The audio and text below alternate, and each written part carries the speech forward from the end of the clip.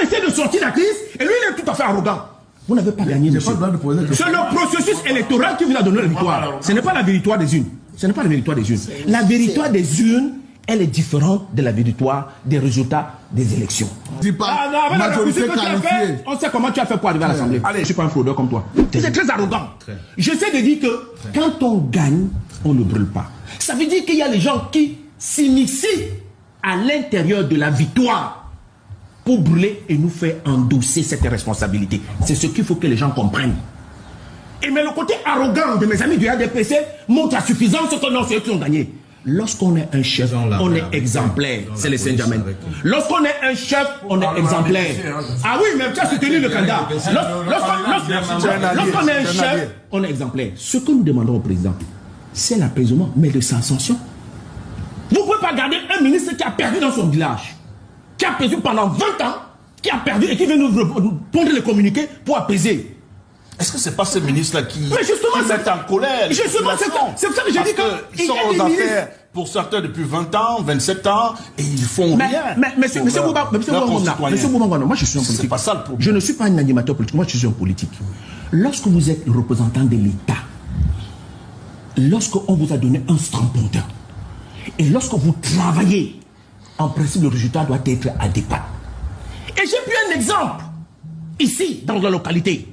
Et je dis, tel ministre a travaillé, on a vu le résultat, et le RDPC a gagné, personne ne s'est plaint. C'était le cas de la Saga Maktib. Il n'y a pas eu de marche. Il n'y a pas eu de contestation. 22 heures. Il n'y a pas eu de contestation. Je dis, c'était le premier résultat que j'ai obtenu, 22 heures des réseaux sociaux. Mais en même temps, on ne peut pas avoir les outils et utiliser seulement quand ça vous profite. Aujourd'hui, le gouvernement communique par quoi? Par les réseaux sociaux. Ouais, vous pouvez refuser d'intégrer l'évolution des réseaux sociaux dans le processus démocratique. C'est ce refus-là. Cette façon de côté poivre là. Je prends le cas du ministre de l'administration territoire. Lorsqu'il a un communiqué, mais c'est à travers les réseaux sociaux que tout le monde est informé. Mais en même temps, on ne peut pas nous refuser ce que les réseaux sociaux nous produisent. Ça veut dire que notre loi est en retard, M. Samuel Mott. Vous avez dit que la citoyenneté, une loi qui ne s'adapte pas dans son contexte, est une loi obsolète. Et cette loi-ci, elle est obsolète. Il faut la changer. Totalement. Et je le dis, parce que dans 4 mois, pour ne pas dire dans 15 jours, il va y avoir les élections régionales. Dans 15 jours, il va y avoir les élections régionales. Est-ce que c'est même normal? Est-ce que c'est même normal qu'on ait rentré sur cela? Donc, vous voyez qu'on se pose des questions. Moi, je dis que je veux apaiser. Et la seule façon, c'est d'apaiser. Parce que ça pose d'autres problèmes, monsieur Samuel Mott. La question, c'est que... La question est la suivante. Arrêtez quoi. La question est la suivante. Est-ce qu'on apaise comme certains le souhaitent en recomptant? Si l'on encaisse en prenant le processus de recompter, on va avoir le même résultat. Pourquoi?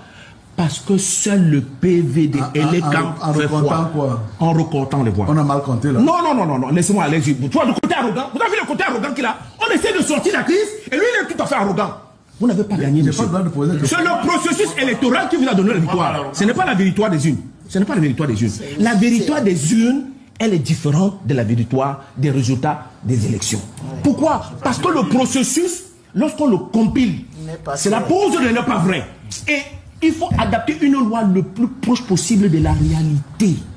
Et c'est parce que justement les gens ont l'impression que 48 heures, 72 heures, 15 jours posent des problèmes. C'est ce que vous dites. Mais le Conseil constitutionnel m'a rejeté sur les statuts de mon parti. Est-ce que c'est les statuts? Est-ce que c'est le rôle du Conseil constitutionnel? Tu vas aller les autres temporaires. Mais alors donc, c'est pour dire qu'à partir du moment où tu n'es pas exemplaire, tu ne peux pas donner de d'autres. L'exemplarité commande l'ordre. C'est ça l'exemplarité.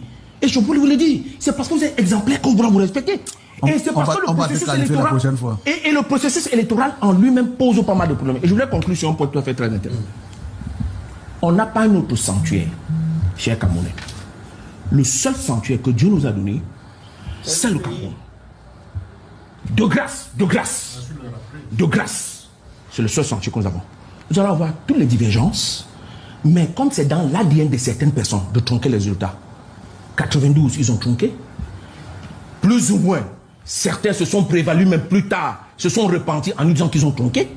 Et plus tard, 2025 pose le problème. Donc, première indication, prendre l'engagement au président, le président plus prend l'engagement, assez solennellement, de dire que le processus, il est mauvais. Deuxième chose, tendre la main pour que les gens les moins arrogants, comme les Samuel Mott, ne soient pas de le conciliabule pour pouvoir apaiser au mieux l'atmosphère. Et la plupart de ceux qui tripatouillent, les fraudeurs, les irréguliers, les corrupteurs, les brigands, ceux qui ramassent l'argent de la fortune publique et se mettent plein les poches, qui nous dégagent. De grâce, on connaît la liste.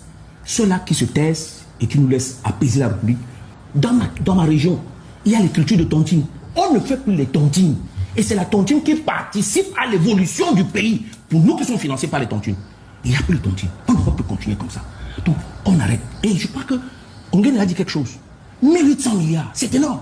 Le Tchad, on se bat pour le secteur de transport. Et là, je parle de mon secteur. On se bat pour avoir la destination Tchad. Les investissements qu'on a fait au port de Douala, c'est parce qu'on a la destination Tchad. Elle représente un certain nombre de millions de tonnes. Si nous n'avons plus, c'est les emplois en moins. Les secteurs pétroliers, le carburant, là c'est grave. Une station-service, c'est au moins 20 emplois. C'est au minimum 4 sous-traitances. Quand vous le cassez, c'est très grave. De grâce des amis, ne cassons pas. Essayons d'être...